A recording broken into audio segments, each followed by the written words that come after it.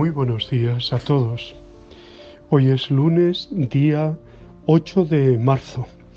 Es lunes de la tercera semana del tiempo de Cuaresma, que iniciábamos ayer, ¿eh? Con esa palabra que nos hacía pensar y repensar acerca del templo de Dios, el verdadero templo de Dios, que es Jesucristo, muerto y resucitado para nuestra salvación. Hoy celebra la Iglesia la memoria de San Juan de Dios, un santazo grande, enorme, que fundó sobre todo a los hermanos hospitalarios de San Juan de Dios y que hacen una labor realmente preciosa, ¿no? Nosotros, por ejemplo, aquí pues lo tenemos muy presente en el Sanatorio Marítimo de Gijón, ¿no? Pero en muchos lugares del mundo y de nuestra patria en concreto, ¿no? En Granada, donde se conserva su cuerpo y su trabajo, su labor es pues realmente muy importante, ¿no? Y también pues la labor misionera que ha hecho la Orden de San Juan de Dios en muchos lugares del mundo, en África, en Asia, en muchos sitios, ¿no?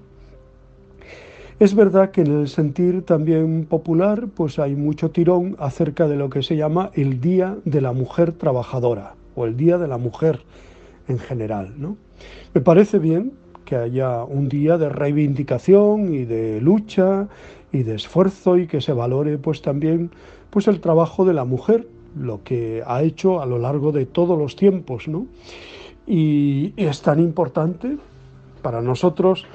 Tenemos una mujer realmente que es alguien muy querido entre nosotros, que es la Virgen Santísima, ¿no? Ejemplo de mujer, de entrega, de generosidad, de humildad, de sencillez, de acogida, y también una mujer que hace suyas los valores que se expresan, por ejemplo, en el Magnificat. Derriba del trono a los poderosos, enaltece a los humildes, a los hambrientos, los colma de bienes, a los ricos los despide vacíos. Hoy damos gracias a Dios precisamente por ella y por tantas mujeres santas, grandes, algunas con mucha humildad, con mucha sencillez, otras pues realmente figuras señeras, ¿no? Y las tenemos muy grandes, muy cercanas a nosotros, por todas las mujeres santas e incluso, bueno, pues damos gracias también por las mujeres buenas y santas que tenemos en la familia, ¿no? Desde nuestras madres, abuelas, muchas personas. Bueno, vamos al Evangelio. El Evangelio de hoy es Lucas 4, 24 al 30. Jesús había regresado a Nazaret y en la sinagoga dijo: ningún profeta es bien recibido en su patria. Me imagino esta escena lo más concretamente posible. Jesús está en su pueblo, todo el mundo le conoce o cree conocerle, conocerle es otra cosa, ¿no? Por su parte, da los buenos días a cada uno, pregunta por sus familias. Todo se sitúa al más simple nivel de la vida humana familiar. Es el carpintero del país, el que ha ido creciendo entre los otros adolescentes del pueblo, es aquel de quien se conocen todos los ascendientes, sus primos, sus primas. Evidentemente se sabe también que partió hace ya algún tiempo, que recorre la comarca que comenta la Biblia de un modo nuevo, original, diferente del modo habitual de los escribas, y que además hace milagros. ¿No sería un profeta, un hombre de Dios, como tantos se han visto en la historia de nuestro pueblo? Quizá es un santo, un enviado de Dios, pero todo lo que se sabe de él humanamente desorienta. Se le conoce demasiado o no suficientemente. Así sucede también en nuestras vidas. No siempre sabemos ir más allá de las apariencias que nos esconden el misterio. Miro detenidamente mi vida desde este ángulo para descubrir lo que se esconde detrás de mis relaciones humanas, tan sencillas aparentemente. En verdad os digo, había muchas viudas en tiempo de Elías, cuando se cerró el cielo y sobrevino una gran hambre. Había muchos leprosos en tiempos de Eliseo. Las llamadas de Dios suelen ser siempre así, en la vida cotidiana, banal de los hombres, una pobre viuda que espera socorro, una gran hambre, un leproso, hermanos nuestros necesitados, y a mi alrededor, en este momento, en el día de hoy, ¿quién? En Israel, en el país de Sidón, en Sarepta, Jesús opone netamente los países judíos donde no pasa nada, donde Dios no puede actuar según parece, a los países paganos en los que la gracia de Dios y sus beneficios sí que están actuando. Ningún profeta es bien recibido en su patria. Jesús lee y comenta la Biblia. Quizá acaba de leer el pasaje del libro de los Reyes, esa primera lectura del día que precisamente cuenta la curación de un leproso por Eliseo.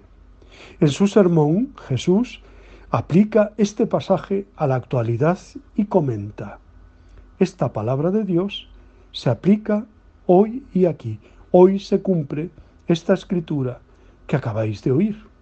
Se refiere a vosotros, a los que en este momento estáis escuchándome en esta sinagoga, en Nazaret, y yo, en este momento.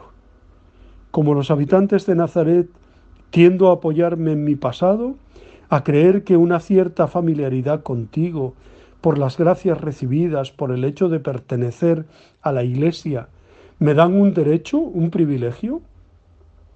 Los compatriotas de Jesús hubieran querido sacar ventaja al hecho de ser sus paisanos, sus vecinos. Eliseo limpió no a un leproso de Israel, sino a Naamán, el sirio. Jesús da a entender claramente que los beneficios de Dios no están reservados exclusivamente al pueblo judío, al pueblo escogido, primero a Israel. La Iglesia se va perfilando, una Iglesia misionera, abierta, enviada a todos. Dios ama también a los paganos, a los gentiles. Ayúdanos, Señor, a saber darnos cuenta de la fe inicial de los paganos, de sus pasos hacia ti. Me detengo a considerar a mi alrededor a todos los que aparentemente te ignoran, Señor, a todos los que parecen rehusarte. Tú les amas, Señor. Ayúdanos a descubrir, a reconocer que tu presencia a través de sus comportamientos es una presencia real, viva. Se abrió paso entre ellos, dice el texto, le hemos tenido en medio de nosotros y no le hemos reconocido. Por aquellas extrañas paradojas que caracterizan al ser humano, a Dios, cuanto más se acerca a nosotros, menos capaces somos de reconocerle. Como el leproso Naamán, el sirio, esperamos espectacularidad en las manifestaciones de Dios en nuestra vida. Cuando todo resulta más sencillo, entonces Él se aleja de nosotros, lo mismo que nosotros debemos alejarnos de todas nuestras obviedades y rutinas para ir a su encuentro. Y por esto, cuando le encontramos, volvemos a nosotros mismos, ya no solos, sino con quienes habíamos marginado y descartado. Recuerda las veces que no te has sentido entendido o te han rechazado. Preséntaselo al Señor y hazle una declaración de tu deseo de seguirle y lo positivo que aporta a tu vida el hecho de ser cristiano. Hoy, como decía al comienzo, celebra la Iglesia la memoria de San Juan de Dios, religioso. San Juan Ciudad, que así se llamaba, nació en Montemor o Novo, cerca de Évora, en Portugal, en 1495, también un 8 de marzo. Desapareció de su casa a los 8 años y fue acogido en Oropesa, Toledo, donde la gente empezó a llamarle Juan de Dios, ya que desconocía su verdadero apellido. En Oropesa ejerció el oficio de pastor y de labrador. A los 27 años se alistó como soldado y tomó parte en la campaña de Carlos V contra Francisco I y en la defensa de Viena contra Solimán II. Después fue peón en África y librero ambulante en Gibraltar, hasta que abrió una pequeña librería en Granada. Ya en todo este tiempo se puso de manifiesto su piedad y caridad hacia los más pobres que él. Un sermón que escuchó de labios de San Juan de Ávila fue definitivo para su vida futura.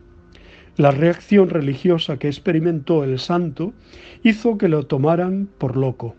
Juan se dio cuenta en el manicomio de las durísimas condiciones en que vivían los enajenados de aquella época.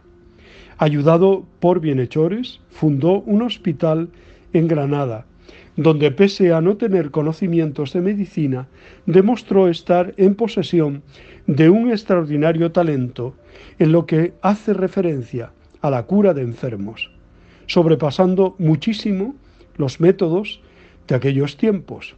Juan inauguró el tratamiento psicoanalítico del paciente y enseñó a curar ante todo el espíritu, porque esto es la base para obtener la verdadera salud del cuerpo. Supo separar a los infecciosos de los demás enfermos, cuidarlos según las diversas enfermedades, educarlos religiosamente y sobre todo tratarlos con amabilidad y paciencia, en especial a los enajenados. Instituyó junto con sus colaboradores lo que había de ser la orden de los hermanos hospitalarios, que no tardaron en extenderse por Italia, donde los conocen por el nombre de Fate Benefratelli. Este nombre procede de la costumbre que tenía Juan de gritar por las calles de Granada, cuando los recorría de noche pidiendo caridad. Haced bien, hermanos, a vosotros mismos. Fate bene fratelli, a voi stessi per amore di Dio, en italiano. Don Sebastián Ramírez, obispo de Tui y presidente de la Cámara Real de Granada, le dio un hábito, al que más tarde se añadió el escapulario, parecido al benedictino, que había de distinguirlos de quienes pedían fraudulentamente caridad en nombre de los hospitalarios. Juan murió en Granada el 8 de marzo de 1550. Fue canonizado en 1690. León XIII le nombró patrono de los hospitales, de los enfermos y de todo el personal que cuida de ellos. Pues damos gracias a Dios por la vida, el testimonio y la obra tan eficaz de San Juan de Dios. Os deseo muy buen día, os abrazo y os bendigo en el nombre del Padre, del Hijo y del Espíritu Santo. Os quiero.